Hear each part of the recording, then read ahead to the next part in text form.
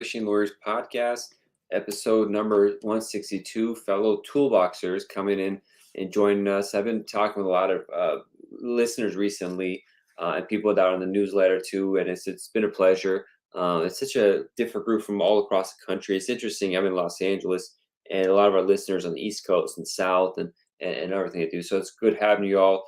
Don't hesitate to reach out and just connect with me if you listen to the show and you're a toolboxer that's really into increasing their practice and becoming better immigration lawyers. That's what the goal is of what we do here.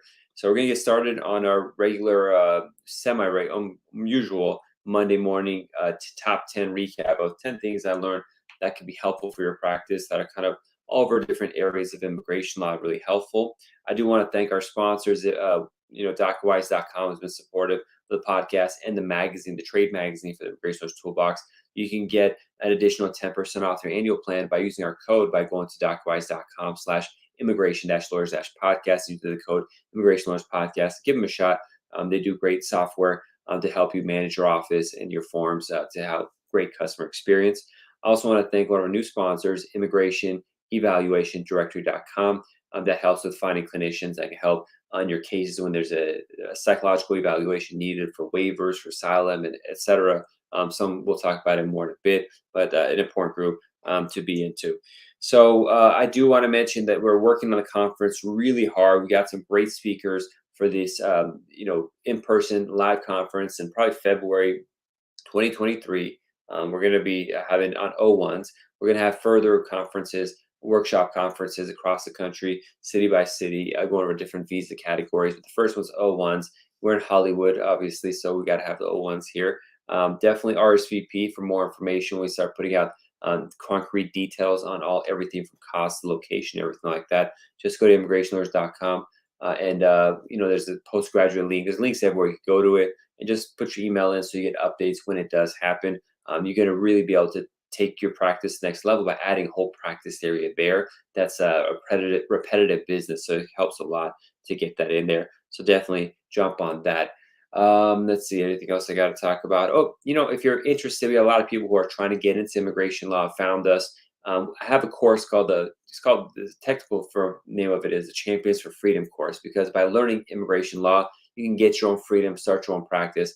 And that's what a lot of people want to do. So I have a course that breaks down the 12 hours of the marriage case, of adjustment, of inadmissibility, of concert processing, all that kind of stuff to take you next level with office hours so we can connect and follow up. It's not just you watch these videos, you're done. There's ways to connect and ask questions and join the community of other students and ask each other questions and develop a national network of lawyers. So it really takes things to the next level.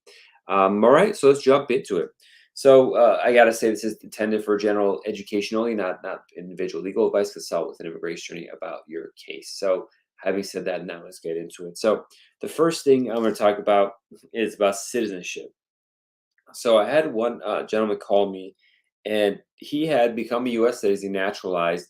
Before he had naturalized, he had submitted an I-130, which would have been F2A, and then while that was pending, he became a citizen, and his wife was overseas. So essentially, the wife got a spouse of a U.S. citizen case after she got her visa approved, like 2 months after her embassy interview and the visa was approved. But before she came, she had a baby. And then the question came about is like, well, how do we bring the child? So not sure what the regulations on this, the INA section, but I did it. But anyways, so there's confusion. So the father was not in the United States long enough to meet the physical presence requirement required for transmitting citizenship from parent to child. So the child couldn't get citizenship automatically. They got to get a green card first. And I've had this scenario happen when it's a green card holder, and there's a thing where, like, if they're under 2 or something, it's the first visit of the parent, something like that, they just come with the mom. So I wasn't sure what happens when the parents naturalizes, so the child would not be dependent on that I-130 anymore. And the client contacted the embassy, contacted different people, and they all said it's not possible. You got to file a whole new I-130. I was kind of thinking about that, but the client actually did a lot of research on its own. And I ended up reaching out to CBP at a port myself, and they said there's a category called the XF3, X as an X-ray, F as in Frank 3, class of admission, that says that child could come with the parent to the United States. And then I guess once they enter, they just become a green card holder, XF3. And once they reside with the parent, then they automatically become a citizen. So that was an interesting scenario. The fact pattern had happened before. Child born after the parents' immigrant visa interview, the mother's immigrant visa interview, and within, how do we get them in now? The parent's a citizen, and the child wouldn't be a derivative. And so that's the answer to that. Now, getting them board the plane, having the airline understand it, that's a whole other thing. And right now, I mean, the child's under 6 months, but there's a vaccine requirement for COVID, how to get a vaccine for a kid if they're over 6 months. There's a lot that goes into it. And they got to come in before the wife's visa expires. But that was an interesting fact pattern I hadn't seen that popped up. Another fact pattern regarding naturalization too that popped up is if you have an F2A case pending for like a child. So let's say your child's 17 and you file I-130 for them. If the child, that's not a good timeline. Let's say the child's 20 and you file I-130. If you remain a green card holder, the Child Status Protection Act will keep the child's age under 21, and you're good. They'll process like they're under 21, even if they age out over 21, using the child CSPA analysis. However, if the parent naturalizes after the kids turn 21, that breaks the Child Status Protection Act and makes the case become an F1, adult child of a U.S. citizen, and really screws up the priority date and timing issues that go with it. I wasn't aware of that. I told somebody like, no, the Child Status Protection Act protects you, but actually I haven't seen the scenarios. So in a conversation, I'm like, give me a sec, give me a day, and I researched like, oh, that's pretty bad. Now there's some like splits in the circuits, the Ninth Circuit and the Fourth Circuit, like view this kind of differently, but both of them bad for the beneficiary. I didn't get too deep into it once I saw this. I'm not gonna get too deep into it right now. But just to be prepared, if you have an F2A case where the child's aged out, but Child Status Protection Act is going to protect them, don't let the parents naturalize because that's going to demolish the case. So that's going to be a bad thing. Number 3, panel physician. So apparently, panel physicians in a couple of these Central American countries are shaking down applicants, where they say if you want us to like not list that you're a drug user, you're alcoholic and stuff like that, you have to pay extra. Embassy apparently is not aware of it. I mean, the lawyers should probably contact the embassy and let them know. But if you have clients who are doing these kind of interviews, let them know the situation. Let them know if that happens. We're gonna contact the embassy and say these people are making these wild allegations and all this kind of stuff. These doctors, these shakedowns are happening. I've seen it happen in other Central American countries in the past where they'll accuse you of alcoholism because that'll cause you to order drugs. Then you have to come back and do check-ins and tests and AAA classes for a whole year. And so that's additional revenue sources for them. And that kind of stuff does pop up. So be mindful of this pretty messed up situation. Number 5, there was a colleague who filed for O-2. These are people that go along with the O-1 to support them. There are 36 people in that group of O-2s. And they got an RFE saying that the limit for how many people can be part of O-1, the O-2 category, is 25. And so there was some challenges back and forth, but apparently there was case law, there's a lawsuit and a settlement that said, no, there are no limitations for this. The colleague was able to push back. The California Service Center accepted the 36 people, but they did at first stall the case saying, we will limit it to 25. So they arbitrarily made that number up. Just prepare for that kind of stuff for popping up.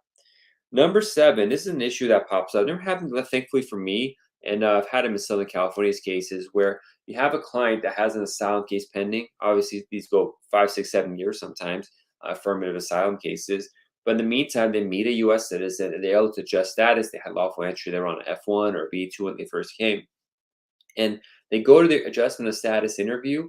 And at the interview, they come back and the officer says, like, yeah, we could approve your adjustment of status, but because you have an asylum case pending, you have to withdraw that first, give us evidence of withdrawal, then we'll approve your adjustment of status. This is a risky maneuver because if they don't approve adjustment, now they're no longer have their asylum case. They can't refile. It's over a year. So it doesn't make sense. I've done, every year I do one of these cases. I've done like 6 or 7 times. And I've never had an issue here in LA. But you never know, and so colleagues have posted in different field offices where the officer will say, no, we're not going to approve it until you withdraw the asylum. And they don't cite any regulations. Like, where's the rule that says you have to do this? And so you got to push back if it happens. The colleagues have pushed back to supervisors, and it causes cases sometimes take months and months back and forth. The ombudsman's office and threats of lawsuits and congressional, this and that. But it's safer not to withdraw the asylum because you can't trust that they're going to approve the adjustment after you do. You got to be safe and be protective of your clients when these kind of scenarios pop up. I don't see any reason why you should withdraw asylum. If you guys know of the regulation or something, let me know. We'll share it here. But I have had to do that in my cases, and several colleagues have fought USCIS over this, and we're able to get it in. So just keep that in mind. The next one is number 8. Is it number 8? Number 7, ESTA. So I saw a post about this, and apparently the ESTA, that's the visa waiver program, has a phone number for people in Washington D.C. that handle manage this program. And I haven't called myself, but they said they're pretty open. So if you have questions or issues about it, try calling them and asking. They're supposed to be responsive. Again, I haven't done it. There was a post that said they're into it and they're really helpful. So I thought I'd share that information. It's something good to know. Next is about the Foreign Affairs Manual. It's actually really about visa invalidation. So we have this situation where if you come in on a tourist visa and you do certain things, it automatically voids it. So let's say you have a 6-month B2, you're in the United States and you overstay and you leave. That automatically under INA 222G invalidates the visa. It's not something people might not know. It's one of the only scenarios where the visa is automatically invalidated because of violation. Let's say you work without authorization. That doesn't automatically invalidate, avoid the visa, but overstaying does. And what's interesting, this 9FAM 302.1-9BG, is that a C or G I wrote here? Probably a C. So again, it's 9FAM 302.1-9B C, it has this grid that lists of like 20 different scenarios that could happen. So, for example, you come on a B2 and before it expires, you file a proper extension and the extension gets approved and you leave during the approval time. That does not void your visa. And the scenario that always worried me, and I'd give, kind of not technically like the best advice, is that what happens where you're here on a tourist visa and you file a timely extension. Extensions of a B2 are taking 18 months on this, like ridiculous numbers, over a year. And so while it's pending, the person doesn't need to be here anymore. They just leave. And my own worry was, they may void it, or when you come back in, even though you had a timely file I-539 extension and you have a receipt, the next time around, CBP might just say, oh, no, we're not going to accept this. So I would say, you'll probably go get a new visa. But based on this, at least the Foreign Affairs Manual, which is run by the Department of State, says that no, because you timely filed one, this grid is one of the options, your visa is not voided.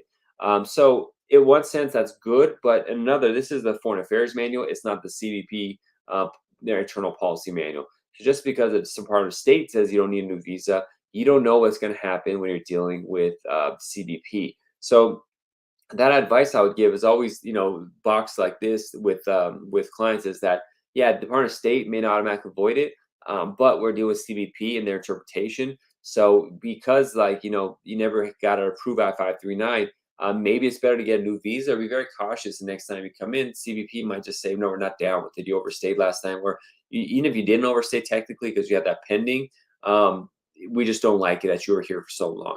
So maybe give more time before that trip next month so they don't think you're living here. Just the situation that we deal with CBP where there could be inconsistency in this. But I thought I'd share that Foreign Affairs Manual section. That was very interesting. The next thing is EAD timelines, C9 EADs in particular. They had gone fast. In November 2022, USCIS updated its policy 2021, where they said we're going to adjudicate these EADs much faster, which is great. But what happens is, what are you going to do with well, sorry, I lost track of thought. So they said we're going to do faster. They were doing it faster. And what happened is, it stopped. Right now we're having EADs, instead of being approved 4 to 6 weeks as they were, they're being approved, 6, 8, 9 months afterwards, almost as soon as adjustment happens. So that niceness was a short period of time where the EADs were getting approved quickly.